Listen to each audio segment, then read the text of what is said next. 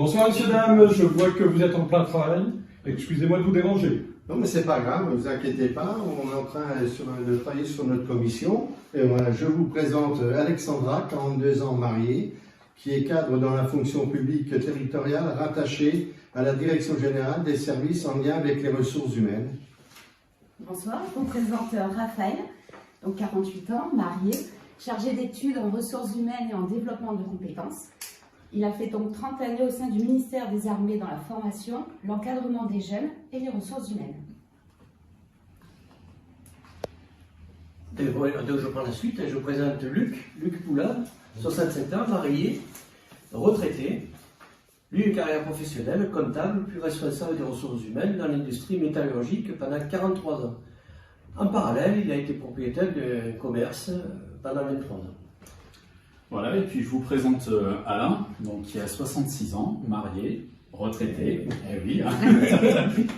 avec une carrière professionnelle de chef de service maintenance dans l'industrie agroalimentaire, et avec une expérience sélective de 6 années en tant qu'adjoint aux finances et délégué auprès du CIMELEC Var.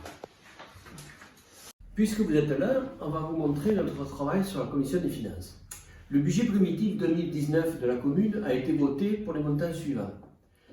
Le budget fonctionnement pour 4 113 000 euros et pour le budget d'investissement pour 1 540 000 euros. Pour mémoire, les impôts et les dotations représentent 84% des recettes de fonctionnement. Ce que nous souhaitons mettre aussi en place, eh bien, c'est un audit financier.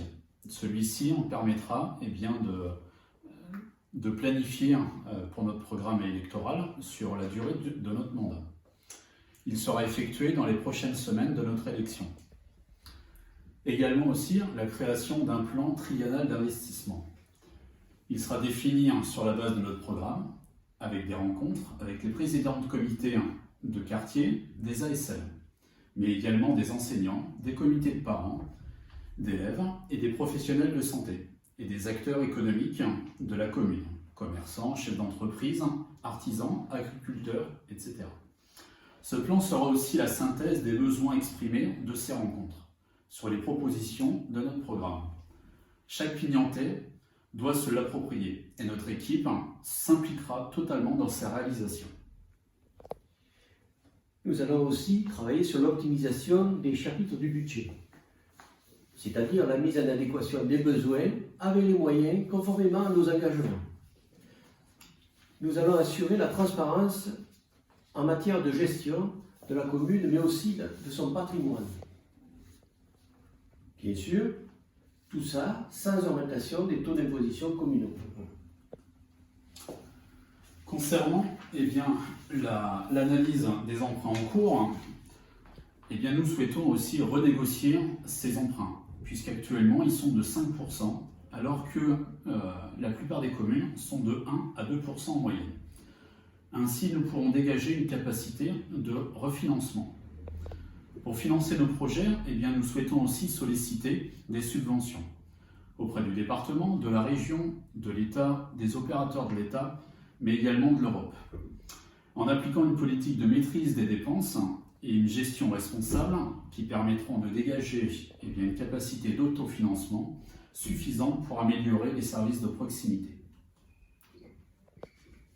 Avant de passer la parole à mes collègues de la commission humaine, je précise simplement qu'en 2019, le budget personnel a représenté 50% des dépenses de fonctionnement et que d'après le rapport d'orientation budgétaire présenté au conseil municipal du 9 décembre, la collectivité emploie actuellement 45 agents titulaires et 21 agents non titulaires.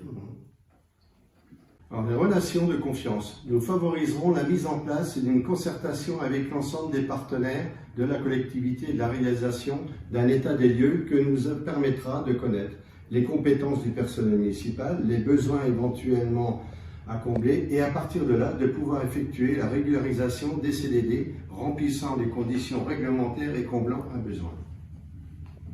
Nous dynamiserons les équipes en recherchant l'efficacité des services rendus à la population.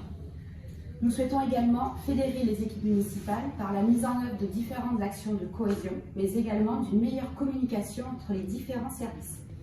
Un personnel épanoui offre une plus grande qualité de service à la population.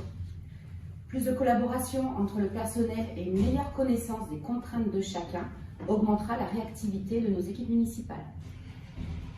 Enfin, nous proposerons aux habitants de Pignan une plus grande transparence dans l'utilisation des fonds publics, mais également dans la gestion des ressources humaines œuvrant pour la commune.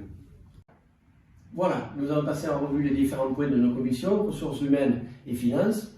Nous vous retrouverons avec un grand plaisir lors de la réunion publique en salle Bertoir le 9 mars à 18h30. Toute l'équipe réunie autour de Laurence Viscarzo vous attendra ce jour-là pour vous recevoir. Merci. Merci d'être venu nous voir. Merci de votre écoute. Merci. Eh bien, je viendrai avec plaisir le 9 mars vous rencontrer de nouveau. Merci. Merci beaucoup. Bonne soirée. Bonne soirée. Merci.